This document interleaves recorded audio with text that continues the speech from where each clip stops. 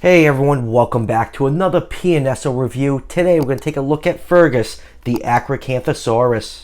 To say I was highly anticipating this figure is an understatement. Acrocanthosaurus is hands down my favorite theropod dinosaur of all time.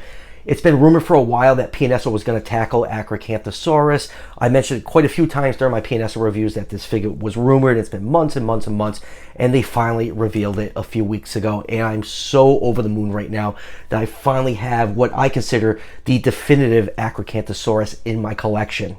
I ended up getting this figure from PNSO's AliExpress store. It retails for $42.99. And if you order it when it first came out, they were running a great sale. I think it was like 30% off. I think this figure ended up costing me like around like $33 a few weeks ago. For those of you that did pre-order it, it definitely saved you a few bucks, but the regular retail price is $42.99. And it's also available on Amazon. And I'll leave links to both those sites down below in the description if you want to pick one of these figures up for yourself. Now, let's just go over the package really quick before we take a closer look at this beautiful figure. It comes in a nice long box. It is PNSO Prehistoric Animal Model number 61. We get a nice picture of Fergus on front of the box, a nice picture of the head on the top, and then just like every other PNSO figure, this one mercifully only comes with one poster. We do get a nice little informational booklet about the figure. Get some nice pictures of the figure on a few of the pages. And we also get pictures of this beautiful looking artwork. I absolutely love the color scheme on this. I really wish they did this for the actual figure. I'm not gonna lie, I would have licked clean a few Hadrosaur cloacas if this Acrocanthosaurus came in this color scheme. And there's just, you know, some pictures of those high neural spines that Acrocanthosaurus is known for. Learn how to draw it, blah blah. And then we have the poster, which is the same exact artwork that we saw in the pamphlet, and that is some really nice looking artwork. Does this thing have lips? It looks like it has lips. I don't know why their artwork has their theropod dinosaurs with lips and their figures don't have lips. It just drives me crazy. I kind of really wish PNSO this goes back to the lip look. It wasn't bothering me at first, but their last couple figures, yeah, I'm getting a little tired of the zombie dinosaur look. I really just wish they went back to lip figures. So that will do it for the packaging. Let's throw this thing up on the turntable and take a closer look. And let's have this 360-degree view of Fergie. Oh man, this thing is just absolutely beautiful. I've been wanting a definitive Acrocanthosaurus for my collection, and I finally have one. You know, for $42, this is a very large figure in that, you know, price range category from PNSO. This thing is just absolutely massive looking. You notice I'm using the clear acrylic stand that it comes with. This figure is extremely front heavy. I can get the stand on its two legs for like a few seconds, but the slightest little vibration will cause it to fall forward. So definitely use that stand if you don't want any damage happening to your figure. But yeah, this thing is just absolutely beautiful. I know when the promotional images came out, a lot of people were complaining that the tail looked a little too short, and PNSO is really not known for using the best perspective when it comes to their promotional photography. I think the tail just looks short because those high neural spines make the tail look really thick at the base, and then it tapers off, but the tail looks very proportionate in hand. The head is just a tad too big, and that's really the only bad thing I have to say about this figure. Other than that, this is just a beautiful looking Acrocanthosaurus. You know, this animal is from the early Cretaceous of North America. It was the apex predator of its time, and this thing just oozes power from those high neural spines. They're nice, thick, and muscular looking, those powerful hind legs, that large head, and those really powerful looking forearms. This thing is just a pure powerhouse of a predator. And you know, the color scheme, yes, I was complaining about it in my Sin Raptor review. Yes, more browns from PNSO, but I have to say the pattern on here is very cohesive and well done, and the brown is really not bugging me as much as it should, but I still wish it had the same color scheme as that came with the promotional artwork. But you know, other than those very minor complaints, this thing is just absolutely beautiful. And let's just do a couple quick measurements. This figure is exactly 13 inches long from the tip of the tail to the tip of the snout, or 33 centimeters, and 4 inches tall to the top of the neural spines, right above the hip, or just over 10 centimeters. So Acrocanthosaurus in real life was 38 feet long, or 11.5 meters. That put this figure perfectly in the 135 scale range. Now, like I said, I feel like the head is just a hair too big on here, so I did measure it. It came out to 1 3/4 inches long. The skull of Acrocanthosaurus in real life was 4.3 feet long. So the skull on this figure is around 130 scale. So yeah, it's just a little bit too big, but other than that, this thing looks great. And now let's zoom in and take a look at some of the finer details on this figure, starting with the head. Beautifully sculpted head. It does look a little bit too long, you know, in person, but I did line up the actual skull of Fran to this figure, and it matches up absolutely perfectly. So yes, a very, very nice Acrocanthosaurus head sculpt on this figure, obviously, because it's an Acrocanthosaurus figure.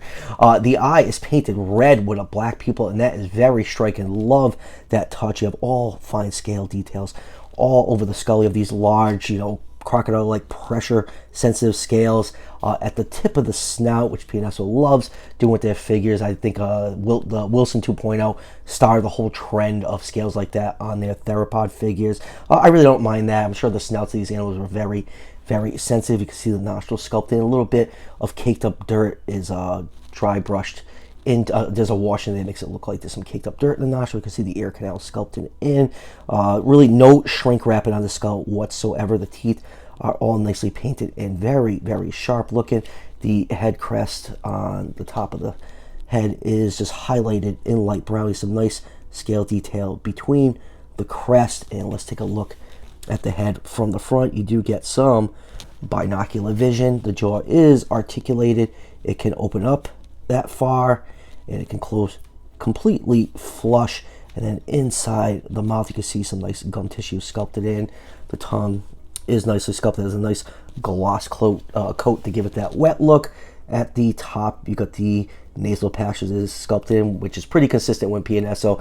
I always gush about that detail. I absolutely love it when I see it on a figure. And then inside the mouth, you can see the back of the throat is also really, really nicely sculpted. And then going down to the very thick and powerful looking neck, you have some large osteoderms sculpted in with all this really fine scale detail. PNSO's been doing a great job ever since Wilson of scaling down the scales on the theropod figures. They're much, much more proportionate looking. You have a row of large scales starting right at the base of the neck that goes all the way down the body to the very, very tip of the tail. And then going down to the neck, you can see some really nice scale details, nice folds and wrinkles underneath the neck. Even the underside of the jaw is very, very well done in detail. Going down to those very powerful looking forelimbs. Just a coat of brown paint on the fingers and claws. It's pretty much the same color. Kind of wish there was a little bit more paint differentiation between the claws and the figures, but really not a big deal. You get some more nice muscle definition and large and small scales mixed in all over the body. So those little osteoderms peppered throughout on the high neural spines. You have this beautiful pattern highlighted by dark markings with a darker brown on this, you know, like pretty much light brown all over this figure. You do have a little bit of yellow for the underside and a highlight of pink on the other side of the body. Another thing that's pretty typical of PNSO figures. Going down to the hind legs, get some nice folds and wrinkles all over those very powerful looking hind legs. Toe claws are painted a light gray color. Those are all nicely done. The underside of the feet do have some nice details. Underside of the belly, same thing. Lots of nice folds and wrinkles and fine scale details. And since we have the figure turn over, let's do our dinosaur butthole check. There's a nice cloaca slit. And then going down to the very, very thick tail base. I think because it's so thick, it just gave the illusion that the tail is very short, but I think it looks nice and proportionate in hand. Get some more of that pattern going down, some larger scales as you get up on the neural spines, and more of that pattern right down to the tip. So yeah, this thing is just absolutely incredible looking. Definitely one of my favorite figures this year from PNSO, and they've definitely came out with some really, really great ones. I just think this thing just turned out absolutely fantastic. Love the active walking pose, which you definitely need the stand for. Like I said, this thing is just incredibly front heavy. Moving on with comparisons, first up here is Collecte's little 140 scale human figure. And next up here are some Acrocanthosaurus figures from other companies. We have Safari Limited, Rebors, and Papos. For those of you that follow me on Instagram and Facebook, you'll know that the Papo and the Rebor one have been on my nightstand display ever since I set it up. It's a rotating display, and these two figures have never left it. That's because I have this set up with the Thanatosaurus and Deinonychus diorama set, which is one of my favorite all-time pieces that Rebar has ever put out. And unfortunately, this Acrocanthosaurus will now dethrone the Papo Acro in that display. So you had a good run. You were there for years and years and years, and you know, I knew the day would come someone would produce a better Acrocanthosaurus figure, and PNSO definitely did do that. So let's move this Papo one off to the side and bring down the Rebar one so you can get a much better sense of the size between these two figures. I like the Rebar Acro. I know it has big, giant, goofy feet, but just the whole diorama aspect of that display makes that figure super appealing to me. And lastly, here is Safari's Acrocanthosaurus. And next up we have some figures from Carcharodontosauridae. That's the group that Acrocanthosaurus belongs to. We have collect a stupid ass looking Neovenator and Safari Limited's Concavenator. And next up we have some Carcharodontosaurinae. We have Safari's Giganotosaurus, Collectae's Mapusaurus, and PNSO's Carcharodontosaurus. Let's do a couple Allosaur figures. Here is Safari Limited's Allosaurus, and here is PNSO's Allosaurus. And next up, here's your obligatory T-Rex comparison. Here it is with Wilson, and next up, here it is with Safari Limited's Feathered T-Rex. And let's do a cloverleaf formation group shot. This is one of the formations that Acrocanthosaurus is known from. We have Rebar's Deinonychus, PNSO Sauropelta, Safari Sauropelta, and this is Wild Pass Thanatosaurus. I hope one day that PNSO will start giving us, you know, some feather dromaeosaurs. They are seriously lacking. One of the rumors coming out is that they have a Suchomimus coming and some smaller sauropod species. Very excited for the sauropods. Can never get enough sauropod figures, but it would be great if they did some 135 scale raptors. They can even do them in like multi-packs, you know, to still charge us $40, or just have the Deinonychus come with a 135 scale Thanatosaurus. I think that will, you know, still equal around like a $40 to $42 figure set, and I think that would be absolutely fantastic if they start doing that, just packaging smaller figures together. You get little groups of dinosaurs so we can expand our collections. So final thoughts on PNSO's Acrocanthosaurus. I absolutely love this figure. One of my favorite figures ever to come out from them. This thing is damn near perfect. The only minor complaint is I just feel like the head is just maybe a hair too big, but other than that, this thing is beautifully sculpted, beautifully painted. Yes, it's more PNSO brown, but at least has a nice cohesive, well thought out pattern throughout the body, and I can easily overlook that because the figure is just so beautiful, and it's just a big figure. It's a really big figure for that $42 price range.